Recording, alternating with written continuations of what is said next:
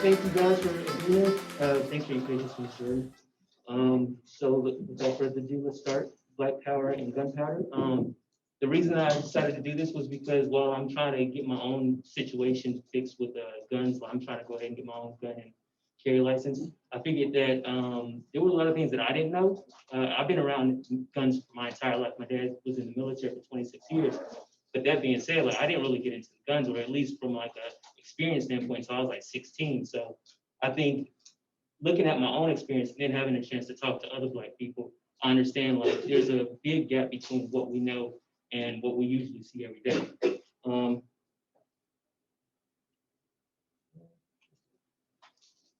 So as a disclaimer, before we go into it, I just want to let everybody know that this is just an educational, informational PowerPoint. Nothing that's said here can be taken as a substitute for an actual class. So if you want to go out and do that, I recommend finding a certified instructor. And one of those I would strongly recommend is Ms. Jordan. Ms. Daphne Jordan is an NRA certified pistol instructor. She's a South Fulton County community activist. She's been active in the community for decades. She's part of the Well Armed Women South Atlanta chapter. She's the leader. She's also the owner of Atlanta-based company Packing Pretty Firearms LLC, which specializes in teaching firearm basics to novice women shooters. It's usually based in Atlanta right now, but she hits every place in Georgia. Like she can go anywhere. She's amazing. And she's also been featured in the Atlanta Journal-Constitution, AP News, as well as Voyage ATL, to name a few. So Ms. Jordan, welcome. If you guys would please give your hand.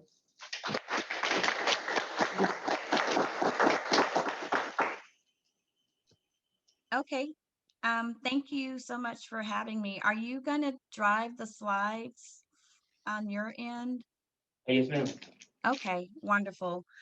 Well, thank you for having me, Cameron. I don't have much to add to what you just said. I can kind of give you some basics about what I've been doing for the past 4 to 5 years and why I think it's important for all of us to become very proficient, responsible gun owners. And I became a gun instructor because something happened to me. I became interested in guns because of what occurred at my home. And so essentially that's what happens is we're not really considering it until something happens, right? But anyway, my home was broken into.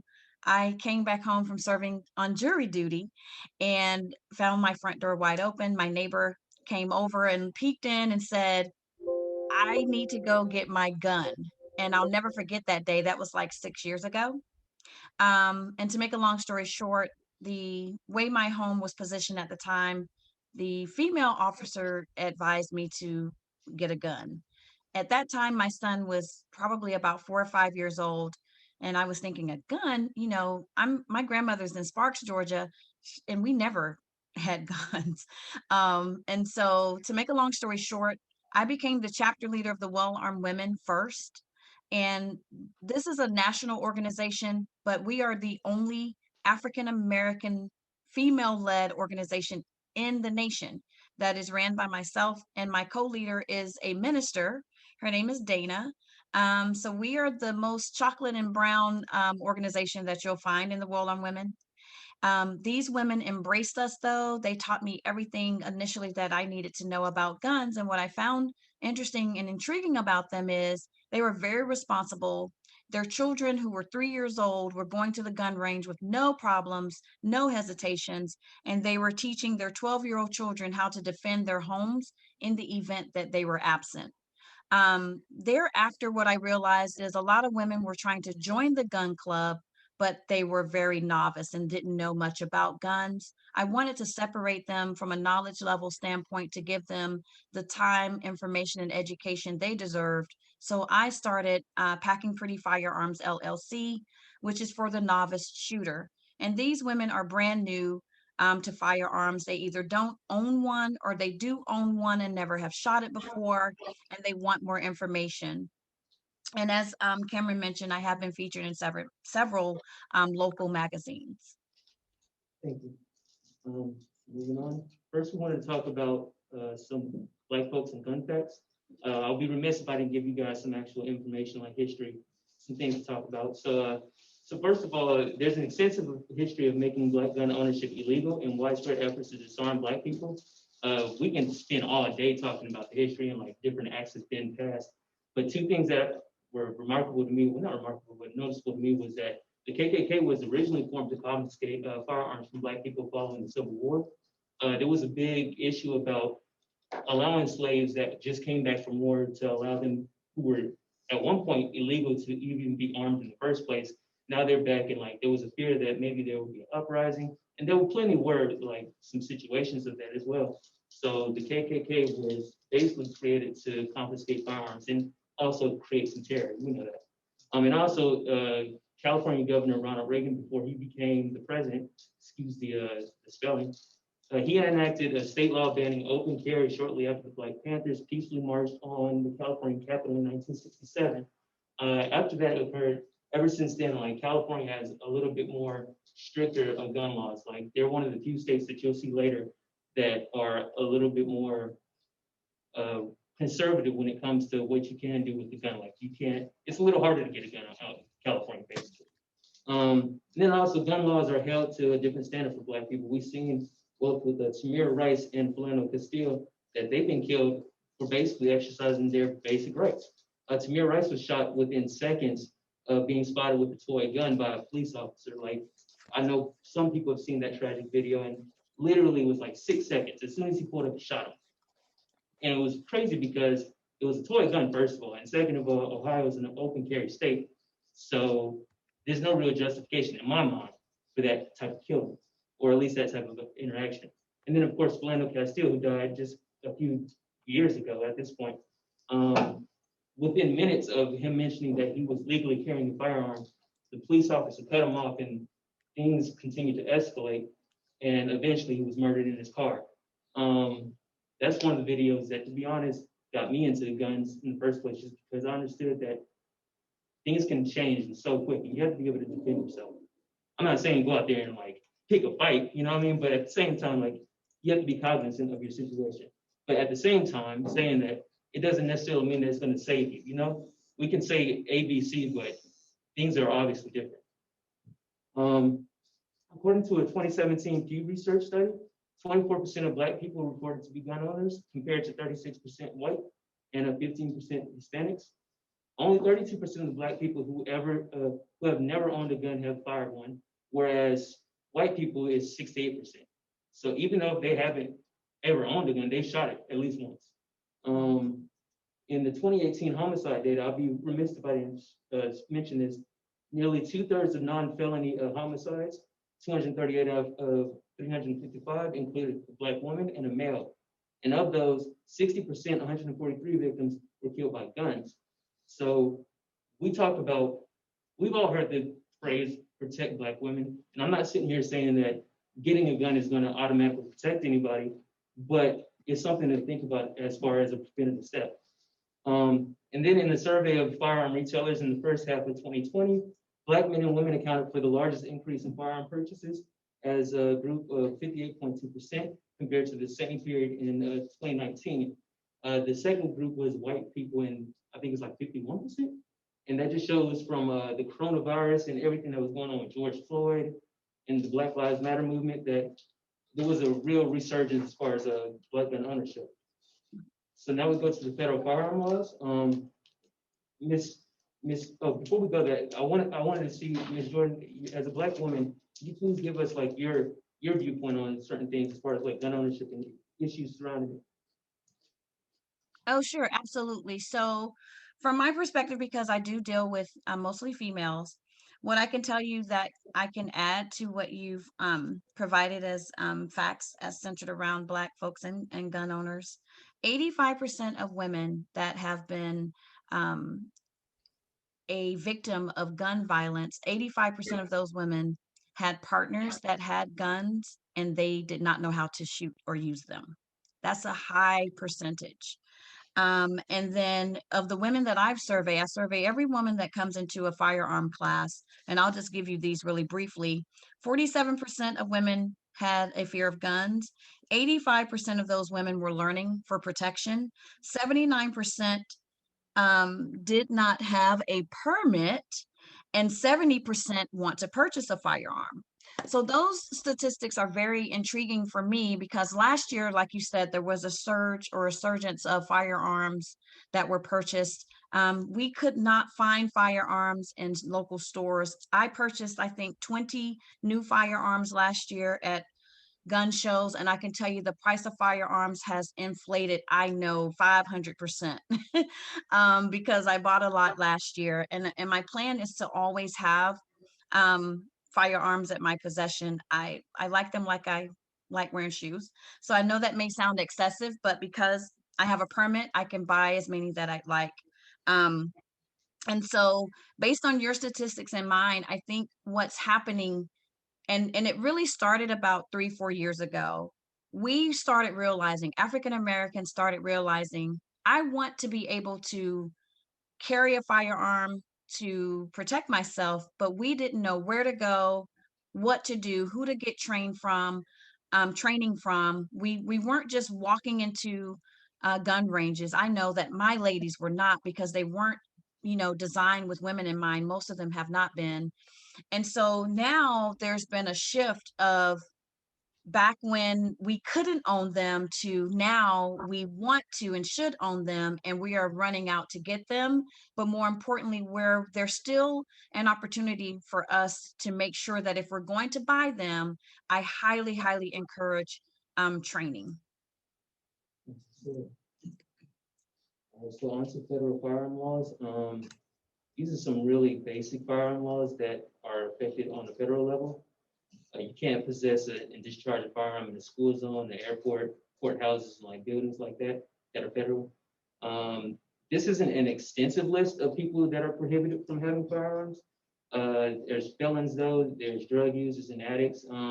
Persons that are subject to domestic restraining orders.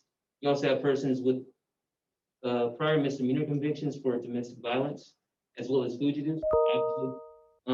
And also, you cannot possess a fire or receive a firearm that lacks a serial numbers or damaged or obscure serial numbers.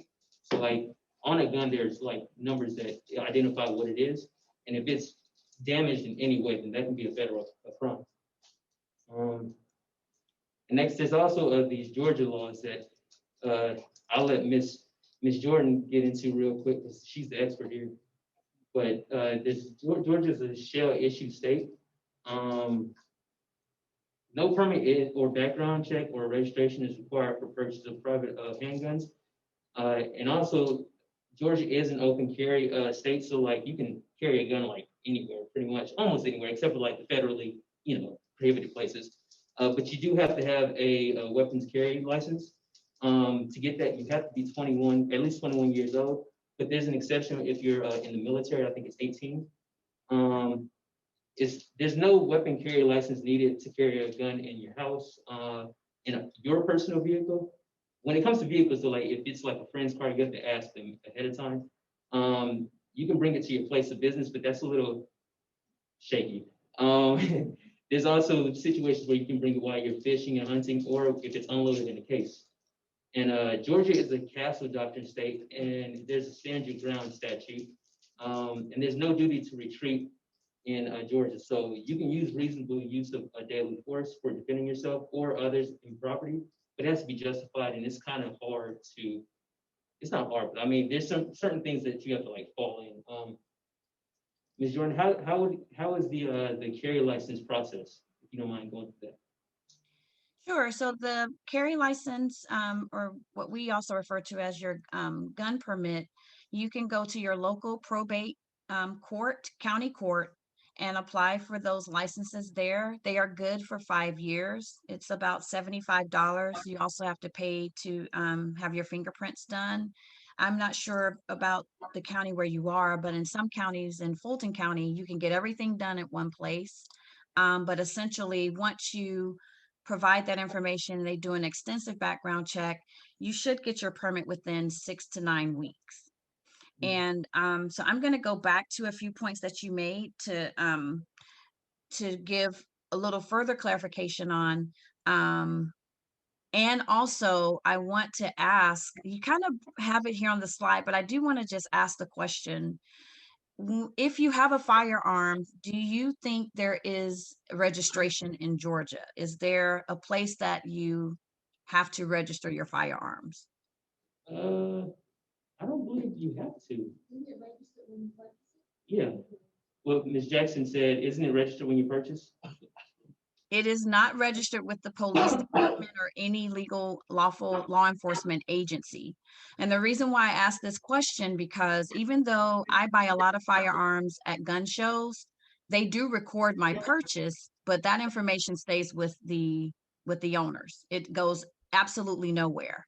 So the first thing I would say is if you're buying a firearm with your permit, let's just say hypothetically, you're responsible for recording your own serial numbers. You're responsible if that gun is stolen, you're responsible for providing that information to the police. And that is how that information gets acquired and entered into a system that it can now be tracked. And I can't remember the exact name of the system, but essentially there's to me a breakdown where we assume that because we have purchased a gun, that information is shared, and it's not. And oftentimes we are leaving guns in the glove compartment, they're stolen, and we have no recourse because we did not record our serial numbers. You can always go back to the person that you purchased it from. But one thing I tell my ladies, I actually give them a little card that I've gotten from the ATF, the Alcohol, Tobacco, and Firearms Bureau. It helps you to keep up with all your serial numbers so that you can easily find those in the event of loss or that it's stolen. Another reason why it's important for you to um, have that information is every firearm comes with a warranty. And if you purchase the firearm and you register your warranty, that information will be emailed to you thereafter. And that's another way that you can have recourse for your firearm and have a way to track your serial numbers. Um, so if you don't have a permit, you would have to go through a background check every single time that you want to purchase a firearm. And you're not oftentimes able to purchase the same day with a background check. Whereas if you have your permit, you show your permit, it looks just sort of like your driver's license, and you're able to purchase that firearm. If you were to purchase a firearm from me, then no, you don't have to have either of those, but I would do what's called a bill of sale to make sure that I'm recording that purchase. That's the legal way to do it. I'm not saying that everyone does that, because oftentimes at gun shows, people are bringing their firearms in and they're just literally selling them to someone and no one is recording anything. So sometimes you may hear people saying that's what needs to change in the state of Georgia, but I doubt anytime soon that that will change. And yes, it is an open carry state. However, if the business has a policy on their establishment that says no guns are allowed, guess what? Because you have a permit, you legally can still carry your firearm concealed. It should not be exposed because they can ask you to leave, but legally, you still can carry that firearm in that establishment. You were right with the 21 years old. If you're 18, though, you can actually purchase a firearm, a shotgun, and have that in your possession. So a lot of farmers have their young children under 21 that have in their possession a shotgun. And yes, we are a stand your ground state. We have no duty to retreat. So if you feel that your life is being threatened and you are a license to carry with your permit, then you absolutely can defend yourself. If someone breaks into your home and you do not have a permit, you still have the legal ramifications to defend your home. I do not recommend that if that person is leaving your home, that you take it upon yourself at that time to use your firearm. At that point, they're no longer a threat. You would definitely need a real good attorney to help you in that situation. But if you feel, and I'll give just a quick example. There was a dad that was at his son's graduation, and the new boyfriend was there, and he said he felt his life was threatened. So because of some interaction they had, so he shot him because he felt his life was threatened. He had a permit. He was able to walk away and not be arrested. So it definitely depends on the situation, I think. But The stand your ground law is not something that a lot of people are aware of. And I would just say use that at your discretion. But when you're trained, when you get training, your mindset is to defend yourself by any means necessary anyway. So you're not going to really give it a second thought. Should I do this or should I not? You know, you'll have that confidence enough to know that, you know, when you're ready to pull the trigger, it's because you're trying to defend yourself, your family, and or your home. I was just gonna ask, I don't know what a shall issue state means. Can you explain what a shall issue state is? A shell issue state? Well, actually, I should do know. So like Georgia, if you go and like do the registration and all that stuff, you have to get the gun if like you were to go purchase it. In some states, like in California, well, I don't know if California is a May issue, but essentially in some places, like they can say, even though you fall within this category and like you check all the boxes, we can still decide if we want to give you the gun or not. Correct. And then there's also, just to say the other end, I think there's only one or two states that is constitutional carry, where basically like you can just have a gun regardless if you have a permit or not. Open carry, concealed, doesn't matter.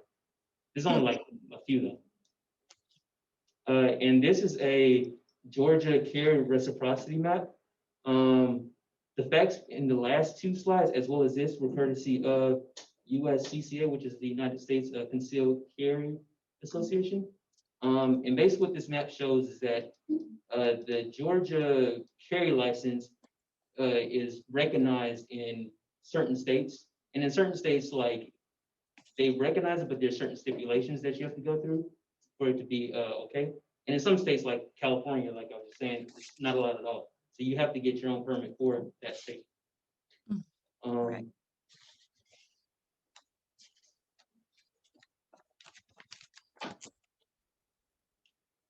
All right, now to the basic pistol diagram. This is all you, Ms. Jordan. This is actually a very, I think I have this gun. Yeah, it's a Springfield. I do Yeah, own this yeah, one. yeah. So I was like, it looks so familiar. I don't carry it every day, but I do like it. So, you know, from my perspective, what I'll just point out, you know, a lot of times the issue is what type of gun is right for me. Or even Cameron may say, what type of gun should I buy? And my recommendation is buy the gun that you have actually been able to shoot. Do not buy a gun because, you know, the new Glock 19 is out, or there's a new Heckler and Koch gun that's super fabulous, but I know that because I've shot it. All of this looks intriguing, right? You've got a nice grip. Um, it's ambidextrous, which if you are a left-handed person, you definitely want to buy an ambidextrous gun because you need to be able to access the magazine release on probably either the left or the right hand. Let me think. Yeah, you need to be able to access it on whichever side is comfortable for you. I don't have a gun in front of me to be able to kind of manipulate my way through it right now. But for me, that's one of the questions I ask people or the young women that come to my class is, you know, are you left-handed or right-handed? Because we definitely want to make sure you have the type of gun that has the right feel and has the functionality that's designed for you. The grip for women. Oh, I'm sorry. Were, were you saying something? Oh, okay. So, so the grip for me is the first place I start. If it feels good in my fingers, if it feels like I can handle it initially, and if it feels comfortable, as a female, I'm going to be more confident when I'm able to either shoot that firearm and or carry it. Men may be a little different because you guys literally, like, I'll just use my husband. He can pick up and shoot just about anything. He doesn't really pay certain features any attention. But if you really, really, you know, are the type of person that, you know, wants to know, well, what's real important, the grip is very important because in some of these, like this one doesn't have an extended clip or underneath the grip. But if the grip doesn't feel comfortable, then I would recommend that you get a firearm that's equipped with an extended clip because it is going to give you a little more room for you to place your fingers around that grip. The slide, oh, I was about to try to point to the slide, but the slide for most men is not an issue, but it is for females. So one of the most popular guns for females is called the Walther, Walther. That's a Walther. And the PK380 or the PPQ, which is the 9mm, the PK380, of course, is the 380 caliber. Any female that I've given those guns to, they absolutely love them because the rack and slide, that's when you have to slide so you can position the bullet into the chamber, and then once you pull the trigger you don't have to do that again. These women love that firearm. It is easy to carry, it has very less recoil, and I don't recommend that for men, but I do recommend any Walther brand for a female. And your sights. So this gun, I like it because it has front and rear sights. That is actually what you should use to place on your target. Most people are placing the gun on the target itself, but your sights, and especially this one, it has a front sight that gives you night vision, and I can tell by the diameter, by that little circle, it will glow in the dark.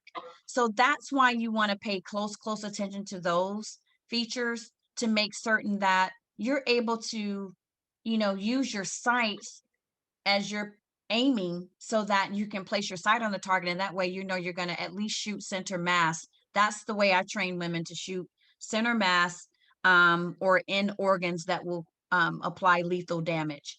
And then I'm trying to think if there's anything else. I would say those are the main key features. I am not someone who likes the internal trigger safety. Listen, when I pull the trigger, I need for the trigger to do what it needs to do so the so the bullet it ejects itself from the muzzle. Those type of guns slow you down, in my opinion, and they're real cool features, but you will have to train on those, and that's why I recommend the gun for you is the one that you've trained on, the one that you've at least shot 10 to 15 rounds. You're comfortable ejecting the magazine, you're comfortable loading those bullets in the magazine, and you're also comfortable with racking and sliding it. And the last thing I'll say is know how many bullets your gun holds. I just bought a gun at the last gun show a few months ago, and it is a semi-automatic, and it can hold, one magazine can hold up to 20 bullets. That is phenomenal, because that means in my mind, I've trained myself with that firearm. I know I have 20 shots with that firearm. So that's why you need to know that in advance. Some guns only come with 8 rounds. So that means you need to be ready to eject the magazine, reload, and then start back engaging if that's what you have to do. But that's all I have to say about this. No, that was perfect. Before we do move on, I just wanted to show what she was talking about. Right here is this type of gun has like 2 kind of triggers in a way. So when you pull it, it kind of like stops it. That's one of the trigger safeties. And also, not every gun has this grip safety, but this one does. Basically, it's extra protection. So if you have like kids or anything, like you actually have to have pressure on the gun for it to even fire. Some guns, unlike this one, have like different safeties in like different places. So like she was saying, like you have to make sure you have experience with the gun, because if you are in a situation where you need it, you want to be able to say that you know how to use it, Bullets. So there's a difference between bullets. This is a basic diagram of what a bullet actually is. The bullet isn't the full like jacket and everything. It's actually just a small little pellet. And there's some other inner mechanisms going on. At the bottom, you see the different sizes of bullets. There's actually way more than that, but these are like the handgun normal ones. I guess the most popular one right now is the 9mm. That's everywhere. But the thing is, between the 380 and the 9mm, they're actually almost like the same size bullet. It's just they do different things basically. So there's jacketed hollow points and there's full metal jackets. Jacketed hollow points are better for home and self-defense because, as Ms. Jordan will explain in a second, like they expand when they hit you. Right here is a hollow point right here. And right here is a full metal jacket. As you can see the difference, like this has a hollow point. And then the full metal jackets are good for practice. So they're usually cheaper, first of all. And second of all, like when you shoot, like it goes usually into like some dirt or something like that. The bullet size is the caliber. So if you hear somebody say this gun is like 40 cal, that's what they mean. Generally, the larger the bullet size or the caliber, the more recoil when shooting, and the higher the stopping power upon contact. So a 22 LR, which is super small, is like a pellet. So even if you're like in a situation where you do need it, you'll probably end up using the entire clip to really hit the person, unless you get like a perfect shot. Whereas with the 45, you're gonna likely knock the person down. Ms. Jordan, can you please explain a little bit more? You did a great job. Actually, the only other thing that I would add is, as you stated, the hollow point bullets are what you want to have for your home defense because, as you mentioned, this does have a hollow insertion inside of that bullet, but when it enters, let's just say it enters your attacker, it actually opens and it explodes and attaches itself oftentimes to some of their organs. It does not exit the body. And why is that important? Because if something happens in your home, and let's just say you're having to engage and you have to shoot your attacker in a room, you would not want to have to worry or be concerned that that bullet is exiting their body because you're next to your son's room, and then it could potentially go through the walls and hurt someone else. So that's why you want to have hollow point bullets, because it actually, remains within the attacker, whereas the full metal jacket bullets are the ones that you use for practice. You can use them at home, I mean, but it can exit the body and cause further damage, and that's not what you want. But I will tell you this, as an instructor, you do have to use a 22 to qualify on, but if you get a hollow point 22, it will do major damage, the same damage as would a 380. So the bullets matter, the size matters, and the recoil is essential to the caliber of the gun. So the smaller the firearm, the larger the recoil. And I wish, oh, so let's take this for example. So the 38 special is oftentimes known as the revolver, or that's used in the revolver. That, if you look at the size of that bullet compared to the 9mm, there's gonna be more damage from the revolver, which means that as a female, when a man tells us you need to get a smaller gun, we need to rethink that, because only reason why I say that is because starting out, you would not want to start out with a firearm that gives you a lot of recoil, and that basically is the action that's coming back once you pull the trigger. The energy from the release of the bullet comes back to you, so it does give you what's called as also kickback. So you're going to get a lot more kickback from, I would say, the 9mm on up. Now, I have a lot of women that can handle a Glock, any of the Glock 9mm, they can handle them fine because the gun itself is larger, so it's maintaining a lot of the energy. So the size of the gun matters. We don't need to go for the smaller, cutest, prettiest gun, ladies. We do want to have a gun that will do what it's a protection tool. Now, trust me, I have one that's Tiffany blue, but it does what it needs to do. So my recommendation is get the firearm that you have practiced with, that you can manage the recoil, and one that you can conceal. Those are my recommendations if you're planning to take these firearms with you outside of your car and home. And if not, then a revolver actually is good for home defense. It's real easy to use mechanically, and it does not jam like the semi-automatics. So you can still use that as an option. But most of the time, women who have come to my class and brought their revolver, they left out wanting to purchase a semi-automatic. That's a good point, perfect segue. Difference between pistols and revolvers. So like she was just saying, revolvers are simple to use. They have higher stopping power because of the type of bullets they usually have. But because of the chamber, there's only so many bullets that you can carry in a revolver. Usually it's like a 6-shooter.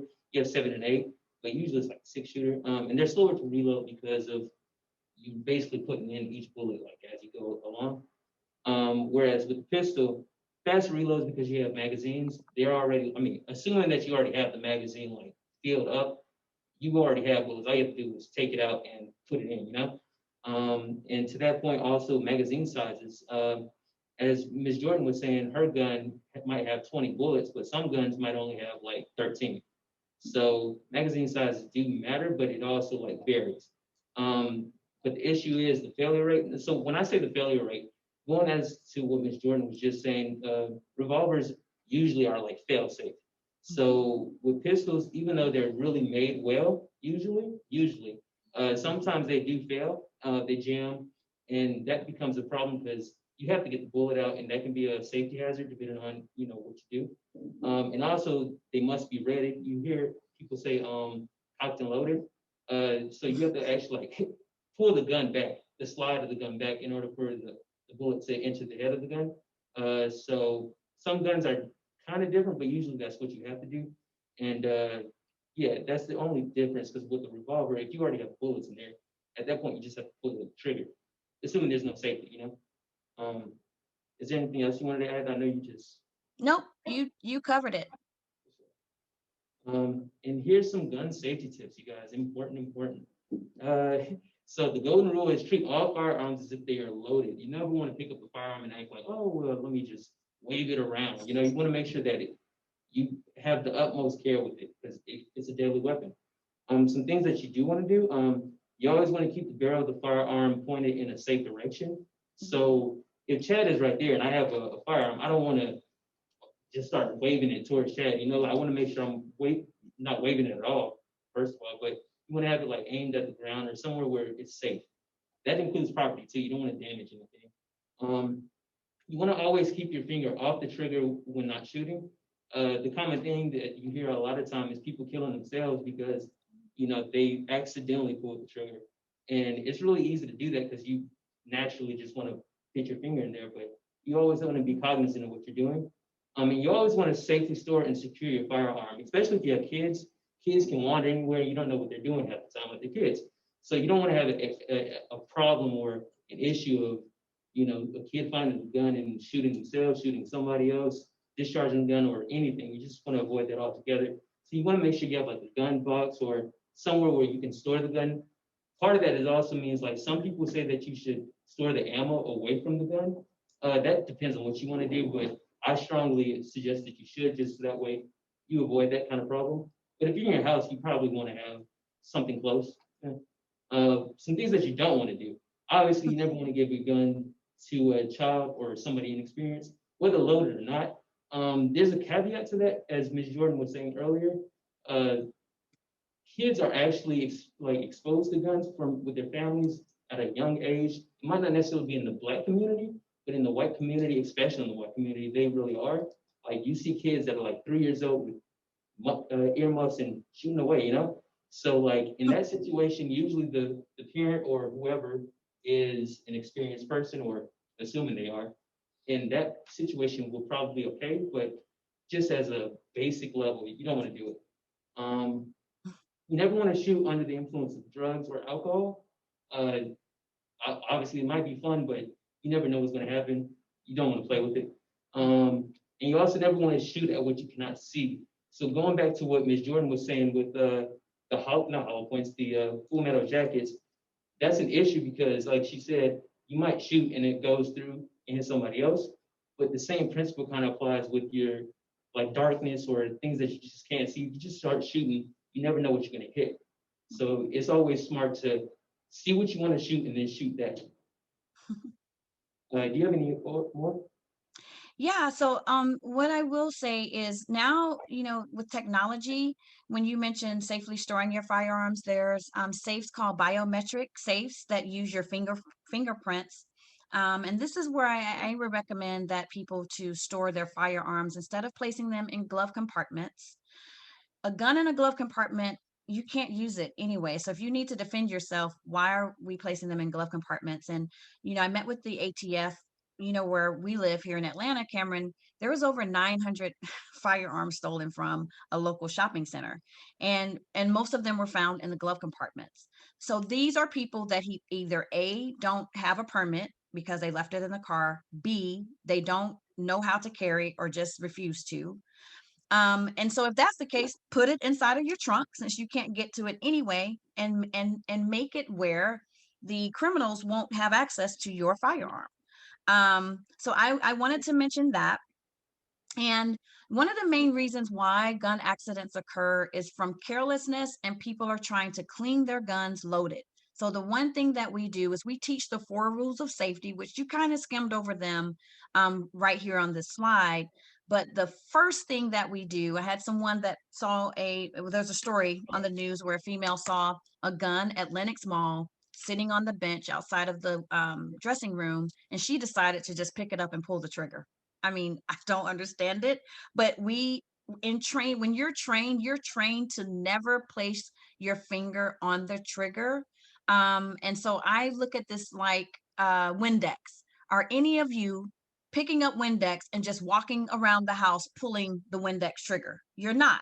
So it's the same thing with the firearm. Just don't put your finger on the trigger unless your sights are on the target, and also keep them away from children. My son, he'll be 13 this year, can shoot a gun all the way up to a 9mm. I strongly encourage that we teach our children about not only gun safety, but to have a respect for firearms so that they are not running around thinking that they are playing a live game of Fortnite. So my son now knows that this is not Fortnite. He does not want to touch my firearms after going to the gun range. He does realize at this point that they are not toys. That's what we need to change in our community, that guns are not toys. We really need to stop buying water guns for our kids. And we need to teach them about guns and gun safety so that if they are at someone's home and they see a gun that's sitting around somewhere else, they will not want to pick that gun up and try to pull the trigger. These are some clubs and organizations that are out there. Um, you have the National African American Gun Association, which is relatively new. Like, I think they just started like within the past 5 or 6 years, if I'm not mistaken. But just within the past year or so, they ended up increasing by like 50,000 people, obviously with everything going on, you know. The Well-Armed Woman, which Ms. Jordan is a chapter leader of in Atlanta. You have the United States Concealed Carry Association, where I got most of the information in that map from. They're really cool. Pink Pistols. This is a pro-LGBTQ organization. Unfortunately, their website is kind of outdated, if I want to say that. But like, you can find organizations, well, not organizations, you can find chapters if you go on like Facebook. You can find chapters for almost anything for these. The Black Gun Owners Association is out there. A Girl and a Gun. It's kind of like the Well-Armed Women, but they're more of like a competitive shooting league for women. You have the U.S. Law Shield, which is it's a legal defense membership organization for people that are in situations of self-defense cases. So like, just being part of it, from my understanding, and Ms. Jordan will hopefully give some more information about it, but my understanding is that if you're in a situation where like you need it, they have like lawyers that will be able to help you out. They have training and like extra information that you can learn about self-defense and how that applies. So it's there if you want to be a part of the members, you know. And of course, I'll be remiss if I didn't say the NRA. Yeah. Yeah, so the only thing I would say is the NRA is the gold standard for training. That is the only reason why I'm a member, and that is the only reason why they were my go-to for training as a certified pistol instructor, as well as I'm also a range safety officer. In the event that I'm in a range and I see that anyone is not practicing safety, I can shut the range down and ask everyone to leave. That's pretty much what the range safety officer is there for, to make sure that everyone is falling in line and being safe in the range. And US Law Shield, like you said, it's almost like the legal shield of gun owners. At any time, if you've had to use your firearm, before you call the police, you should call your US Law Shield attorney, and they will advise you on what to say before you call 911. So that's where a lot of us get into situations where we call 911 and we're saying, hey, I just shot someone in the back.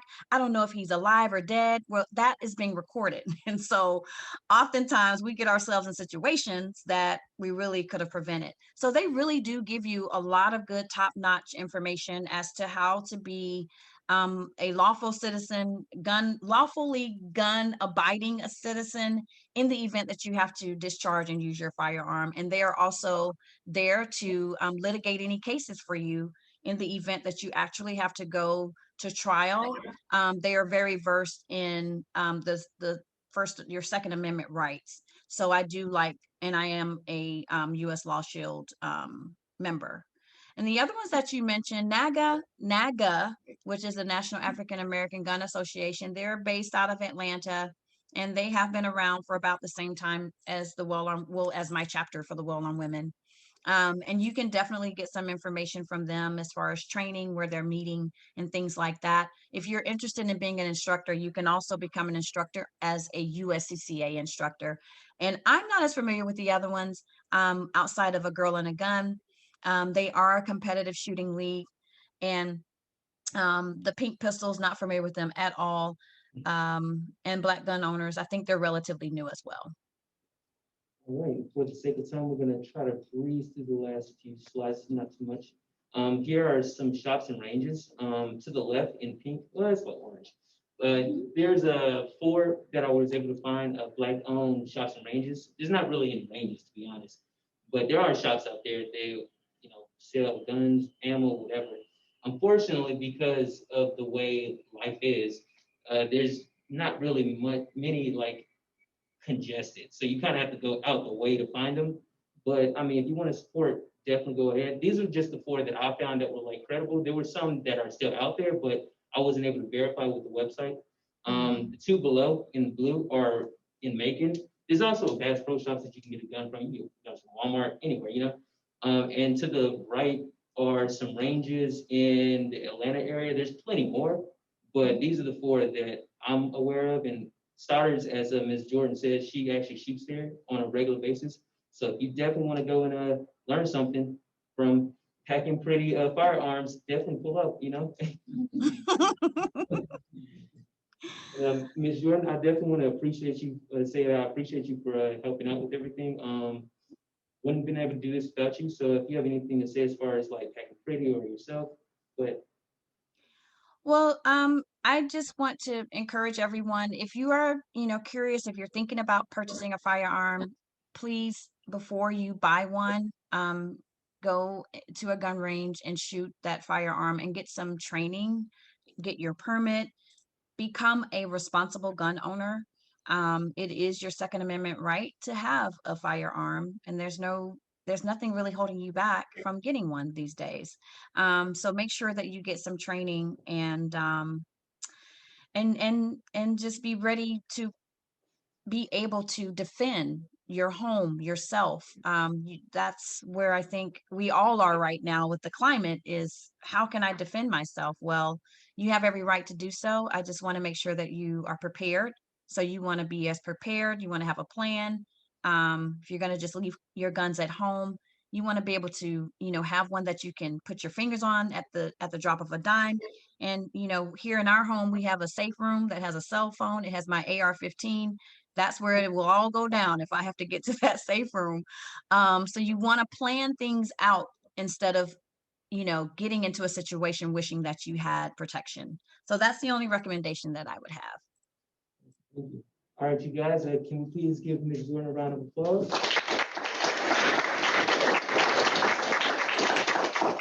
Thank you very much, ma'am. And I'll contact you right after this. Hey, can you send me this PowerPoint so I can check Yeah, it out? I'll also say this PowerPoint will be made available to everybody after this. There's also some citations at the end, so like stuff that's about Ms. Jordan, her articles. There's some stuff as far as safety tips, how to find all the concealed carry information that I had. All came from this one website. You just have to put in your email address and they'll send it for free. And yeah, you guys, I appreciate you guys for coming out. Y'all give Cam a round of applause. Yes, thanks, Cameron. Thanks for having